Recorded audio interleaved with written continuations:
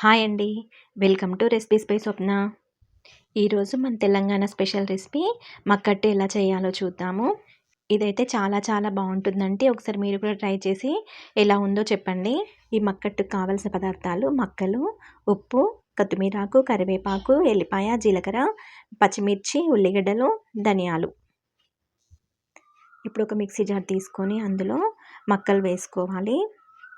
తర్వాత పచ్చిమిర్చి ముక్కలు, ఉల్లిగడ్డ ముక్కలు, అలాగే ఎల్లిపాయ, జీలకర్ర, ధనియాలు, సరిపడ ఉప్పు వేసుకొని ఒకసారి ఇలా కచ్చాపచ్చాగా మిక్సీ పట్టుకోవాలి. తర్వాత దీనిలో కొన్ని నీళ్ళు వేసుకొని మెత్తగా మిక్సీ పట్టుకోవాలి. ఇప్పుడు ఒక గిన్నె తీసుకొని మనం మిక్సీ పట్టుకున్న పిండిని అందులో వేసుకోవాలి.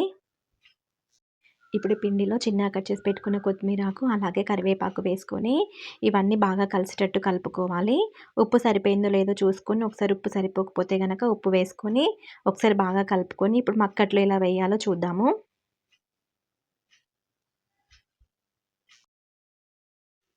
ఇప్పుడు స్టవ్ పైన పెనం పెట్టుకొని పెనం వేడైన తర్వాత మనం దోసలైతే ఎలా వేసుకుంటామో అలాగే మక్కట్టును కూడా వేసుకోవాలి.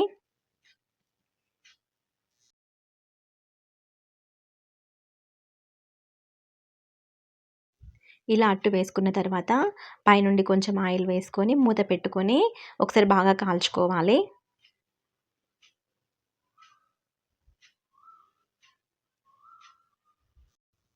మక్కట్టు ఒకవైపు కాలిన తర్వాత దీన్ని జాగ్రత్తగా మరోవైపు తిప్పి కాల్చుకోవాలి. అంతేనండి. ఎంతో రుచికరంగా ఉండే మన తెలంగాణ స్పెషల్ మక్కట్టు రెడీ అయిపోయింది. అలాగే మిగతా అట్లన్నీ కూడా వేసుకొని వేడివేడిగా తింటే ఆ మక్కట్టు రుచి భలే అద్భుతంగా ఉంటుంది. ఈ మక్కట్టు రెసిపీ కనుక మీకు నచ్చినట్లయితే లైక్ చేయండి, షేర్ చేయండి. అలాగే ఇలాంటి మరిన్ని రెసిపీస్ కోసం మన ఛానల్ని సబ్స్క్రైబ్ చేసుకోండి. Thank you.